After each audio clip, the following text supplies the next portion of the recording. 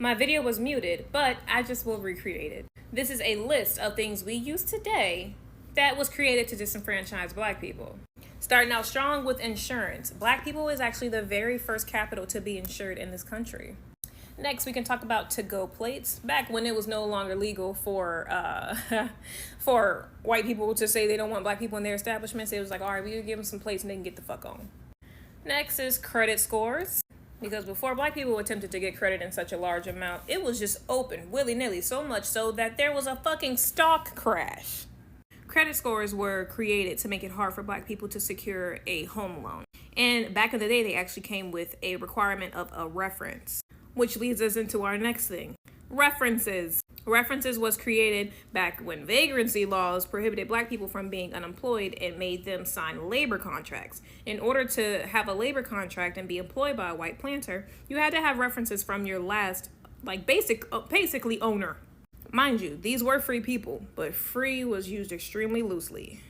Next is invoices, treadmills. Now, the treadmill was used as a punishment for slaves, and it was actually a machine. They called it the everlasting staircase or something like that.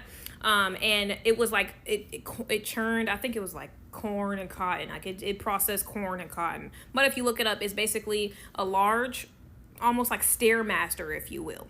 But that's where the treadmill derived from. Next, college tuitions. Next is bar exams and exams alike. Before, you could actually enter any profession if you just went to college and you consider yourself a lawyer. But once black people started doing it, they had to put some type of other requirement to make it harder for us to get in there. Next is butter pecan ice cream, picnics. A lot of people don't know, but picnics actually took place on Sundays for a reason.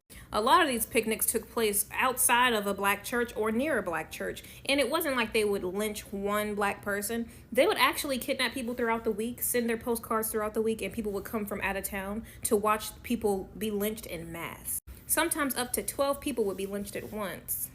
Next is master bedrooms. And lastly, paramedics. The only reason we have a system that we know today to be paramedics is because black people had no way to get to the hospital and no hospital to get to because it was prohibited. Hospitals was only used for white people. And there was no ambulance, right? So paramedics, the very first paramedics in the country were black.